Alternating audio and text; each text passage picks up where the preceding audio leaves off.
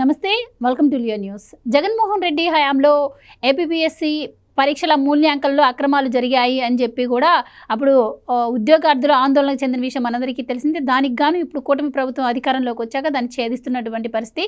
ఇదే కేసులో దాత్రి మధు అనే ఒక సంస్థకు చెందిన డైరెక్టర్ని అరెస్ట్ చేసినట్టు వార్తలు అయితే వస్తూ ఉన్నాయి. ఇక ఇదే కేసులో పిఎస్ఆర్ ఆంజనేయులు కూడా ఆరోపణలు ఎదుర్కొంటున్న నేపథ్యంలో అది ఏ మలుపు తిరగబోతుంది అన్న విషయాన్ని తెలుసుకుందాం. మనతో పాటు ఉన్నారు సీనియర్ జర్నలిస్ట్ దుర్గా కుమార్ గారు. నమస్కారం సార్. నమస్కారం మా గోర్ధని, మన వీక్షకులు కూడా. జగన్మోహన్ రెడ్డి గారు సీఎంగా ఉన్నప్పుడు ఏపీపీఎస్సీ పరీక్షల మూల్యాంకనలో అవకతవకలు జరిగాయి. కావాల్సిన అంటే ప్రభుత్వానికి సంబంధించిన ఉద్యోగాలు వచ్చే శాఖ కాబట్టి వాళ్ళకి కావాల్సిన వాళ్ళకి ఉద్యోగాలు ఇచ్చుకునేందుకే ఇలా జరిగింది అని చెప్పి అప్పట్లో ఆందోళన చేయడం అయితే జరిగింది. దానికి సంబంధించి ఇప్పుడు ఒక వ్యక్తిని అరెస్ట్ చేశారు. సో దీంతో పిఎస్ఆర్ ఆంజనేయులు గారికి కూడా సంబంధం ఉంది అని చెప్పి నిన్న మొన్నటి వరకు వార్తలు విన్నాము. సో ఇటు అరెస్ట్ అయిన నేపథ్యంలో మరి ఏ విధంగా ఉండబోతున్నాయంటారు పరిణామాలు? అంటే ఏపీపీఎస్సీలో జరిగిన అవకతవకలు కొన్ని వందల కోట్ల రూపాయల చేతులు మారినాయమ్మా. అది చాలా తీవ్రమైన ఆరోపణలు వచ్చినాయి. జరిగిన మాట కూడా వాస్తవం. రెండోది, ఉద్యోగార్థులు కూడా పెద్ద ఎత్తున ఆందోళనకు దిగిన సందర్భంలో అప్పుడు ప్రతిపక్షంలో ఉన్న లోకేష్ గారు కూడా ఈ ఇష్యూని చాలా తీవ్రంగా పరిగణించి వాళ్ళ తరపున నిలబడ్డారు. వాళ్ళు కోర్టుకు వెళ్ళటానికి వీటికి కూడా సహకరించారు. తర్వాత మేము వచ్చిన తర్వాత దీని మీద దర్యాప్తు జరిపిస్తామని కూడా చాలా గట్టి హామీ కూడా ఇచ్చారు. అప్పుడు గౌతమ్ సవాంగ్ ఏపీపీఎస్సీ చైర్మన్గా ఉన్నాడు, మాజీ డీజీపీ అప్పుడు. తర్వాత ఈయన్ని సెక్రటరీగా వేశారు. వీళ్ళిద్దరి టైంలో గ్రూప్ 1 పరీక్షలు జరిగినాయి. ఆ గ్రూప్ 1 పరీక్షలకు సంబంధించి మూల్యాంకనం రకరకాల, అంటే ఎవరైతే అభ్యర్థులకు వీళ్ళు కావాలనుకుంటున్నారో, ఎవరైతే అభ్యర్థులు డబ్బులు ఇచ్చారో, ఎవరైతే రాజకీయ పలుకుబడి ఉందో వాళ్ళని ఎంపిక చేయటం కోసం రకరకాల ఫీట్లు చేశారు వీళ్ళు. అది ఒక రకంగా మాన్యువల్గా మూల్యాంకనం చేయించారు ఒకసారి, మళ్ళీ డిజిటల్ రూపంలో చేయించారు. అంటే వాళ్ళ అభ్యర్థులు ఎవరైతే కోరుకుంటున్నారో ఆ అభ్యర్థులు ఎంపిక కావాలని. దీనికి సంబంధించి కోర్టు కూడా సీరియస్గా తీసుకుంది ఇష్యూని. ఇప్పుడు ఆ కేసుకు సంబంధించి దీనికి హైదరాబాద్లో ఉన్న కామన్ సైన్ అనే ఒక సంస్థకి మూల్యాంకన బాధ్యత అప్పచెప్పారు. దాత్రి మధు అని దాని డైరెక్టరు. ఇప్పుడు అతన్ని అరెస్ట్ చేశారు. అరెస్ట్ చేయటమే కాకుండా అతని సంస్థ మీద, ఇంటి మీద కూడా దాడులు చేసినప్పుడు కొన్ని సాక్ష్యాధారాలు కూడా, ఖచ్చితమైన సాక్ష్యాధారాలు కూడా దొరికినట్టు మనకి తెలుస్తుంది. ఇప్పుడు ఆయన్ని అరెస్ట్ చేసి విజయవాడ తీసుకెళ్లారు ఫర్దర్ విచారణ నిమిత్తం. ఇప్పుడు కనుక అతను విచారణ చేసిన సందర్భంలో ఎవరెవరు దీన్ని ప్రభావితం చేశారు, ఎవరెవరి పాత్ర ఎంత ఉంది, ఎంత డబ్బులు మారినాయి, ఇతనికి ఈ మూల్యాంకన బాధ్యత అప్పగించినందుకు ఇతను వాళ్ళకి ఎంత పే చేశాడు, తర్వాత ఎవరెవరిని ఎంపిక చేయాలని వాళ్ళు ఇచ్చిన జాబితా ఉంది, దానికి వీళ్ళు చేసిన ఘనకార్యం ఏంటి, ఎలా సహకరించారు, ఇవన్నీ కూడా బయటకు వస్తాయి. అసలు యాక్చువల్గా ఇది అపహాస్యం పాలైంది గ్రూప్ 1 ఎగ్జామ్ అనేది. అందరికీ తెలుసు, అది బహిరంగ రహస్యమే, అందులో దాచుకునేది కూడా ఏం లేదు. గౌతమ్ సవాంగ్ని పెట్టినప్పుడు చాలామంది విద్యార్థులు కూడా ఏమనుకున్నారంటే ఒక మంచి పోలీస్ అధికారిగా అతనికి గతంలో పేరుంది, బాగానే నిర్వహిస్తాడని. కానీ ఆయనతో పాటు మళ్ళీ ఈయన్ని పెట్టారు అక్కడ, పిఎస్ఆర్ ఆంజనేయులు అంటేనే ఇలాంటి వివాదాలు సృష్టించడంలో, ఇలాంటి అవినీతి అక్రమ కార్యక్రమాలు చేయటంలో సిద్ధహస్తుడు.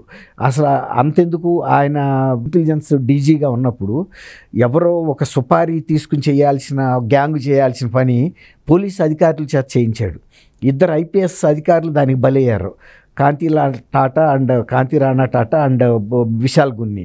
వాళ్ళు ఫర్దర్గా రిటర్న్గా కూడా కోర్టులకు కూడా చెప్పారు, జరిగిన ఇష్యూ మమ్మల్ని పలానా ఆయన చేయమంటే చేశాం కానీ ఇందులో మా పాత్ర లేదని. అందువల్లనే వాళ్ళకి యాంటిసిపేటరీ బెయిల్, ముందస్తు బెయిల్ కూడా ఇచ్చారు. కానీ ఆయన మాత్రం తీసుకోలే. ఏంటంటే పోలీసు జైల్లోకి వెళ్తే ఏదో సానుభూతి వస్తుందని అనుకున్నాడు.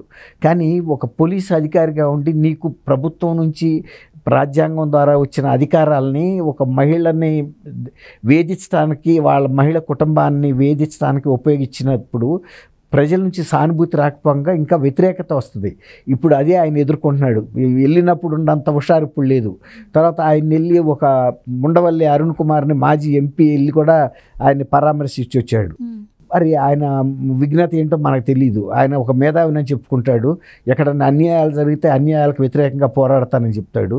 ఒక మహిళని ఒక పోలీస్ అధికారి తనకున్న రాజ్యాంగబద్ధంగా వచ్చిన అధికారాలతో దుర్వినియోగం చేసి వేధిస్తే అటువంటి వ్యక్తిని పలకరించి వచ్చాడంటే అతనికి ఆ నాయకుడికుండా విశ్వసనీయత ఎంత, విలువ ఎంత చూడండి ఎలా ఉంటుందంటే. ఇవి అతను డీజీపీ కాదు, ఒక ముద్దాయిగా వెళ్ళాడు, చేసింది తప్పు. ఆ రోజు తప్పుని ఆయన ఖండించలేదు అరుణ్ కుమార్. ఇవాళ ఒక డీజీపీని అరెస్ట్ చేస్తే తప్పు అనే కాడికి వచ్చాడు. అసలు ఈ ఒక ప్రజాస్వామ్యంలో ఏ వ్యక్తి అయినా సరే అతని బాధ్యతలని దాటి లేకపోతే అక్రమాలు చేసినా, అన్యాయాలు చేసినా ఎవరినైనా అరెస్ట్ చేసే అధికారం ప్రజాస్వామ్యానికి ఉంది. అల్టిమేట్గా రాజ్యాంగం గొప్పది, కానీ ఏ వ్యక్తి కూడా గొప్ప వ్యక్తి కాదు. డీజీపీని, ముఖ్యమంత్రిని అరెస్ట్ చేసి జైల్లో పెడితే ఆయన్ని గుంటూరు జైల్లో పెడితే తప్పు అంటాడు. గుంటూరు జైల్లో పెట్టడం అనేది ఆ జడ్జి యొక్క విచక్షణ బట్టి ఉంటుంది. తర్వాత ఏ సెక్షన్లో పెట్టారు, ఎన్నాళ్ళు రిమాండ్లో పెట్టారని. అంతేగాని ఈయనకి రాజమండ్రి దగ్గర, ఉండవల్లి అరుణ్ కుమార్కి రాజమండ్రి అయింది. ఈయన కనుక రాజమండ్రిలో ఉంటే అంతకుముందు ప్రామిస్ చేశాడంట, నువ్వు కనుక జైలుకి వెళ్తే నిన్ను వచ్చి నేను పరామర్శిస్తానని. ఆయన పరామర్శిష్టం గుంటూరు దూరం అయిపోయిందని రాజమండ్రిలో పెడితే పోయేది కదా అంటాడు. ఆయనకి దగ్గరగా ఉంటుందని. ఆయన నేను జైలుకి వెళ్తానంటే, ఒకవేళ నువ్వు వెళ్తే నేను పరామర్శిస్తానంటే ఇంకో సాటికి వెళ్తానంటాడు ఆయన. నువ్వు వెళ్ళి పరామర్శిస్తూ వస్తావా? ఏం అర్థం లేని మాటలు మాట్లాడాడు ఆయన. జైల్లో ఫలానా రాజమండ్రి సెంట్రల్ జైలుకి పెట్టాలా, లేకపోతే అది ఢిల్లీలో ఉంది కదా మాది మొన్న కవిత ఉండొచ్చిన జైలు, తిహార్ జైల్లో పెట్టాలా నిర్ణయించేది జడ్జీలు, న్యాయ వ్యవస్థ. అంతేగాని నువ్వు ఢిల్లీలో పార్లమెంట్ మెంబర్గా ఉంటే తిహార్ జైల్లో పెడతారా, తీసుకెళ్ళి నువ్వు పలకరించడానికి దగ్గరగా ఉంటుంది. అట్లాగే ఇప్పుడు ఈయన పరిస్థితి, ఈయన A1 అందులో ఈ మూల్యాంకనం కేసులో ఆంజనేయులు నంబర్ 1, అక్యూజ్డ్ నంబర్ 1 అతను, నంబర్ 2 సవాంగ్ అనుకుంటా. కాబట్టి ఈ కేసుల్లో తీవ్రత దృష్ట్యా ఇప్పుడు ఇవాళ మధు కనుక చెప్పే అంశాల మీద మళ్ళీ ఈయన మీద కూడా అరెస్ట్ కూడా తీసుకుంటారు. ఎందుకంటే ఇది చాలా తీవ్రమైన కేసు. అనేక మంది, కొన్ని వేల మంది విద్యార్థుల జీవితాలని ప్రభావితం చేసే అంశం ఇది. తీవ్రమైన అవినీతి జరిగింది.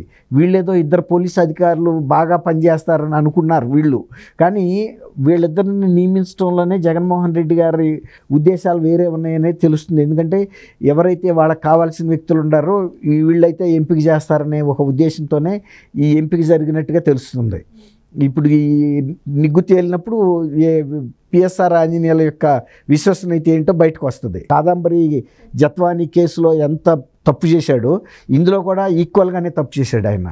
కాబట్టి డీజీపీ క్యాడర్లో ఉన్నాను కదా అని తప్పించుకోగలుగుతాను అనుకోవటం పొరపాటు. ఖచ్చితంగా వీటిల్లో శిక్ష కూడా చాలా గట్టిగానే పడుతుంది. థ్యాంక్ యూ అమ్మ గోవర్ధని. మన please subscribe to Leo news for more videos.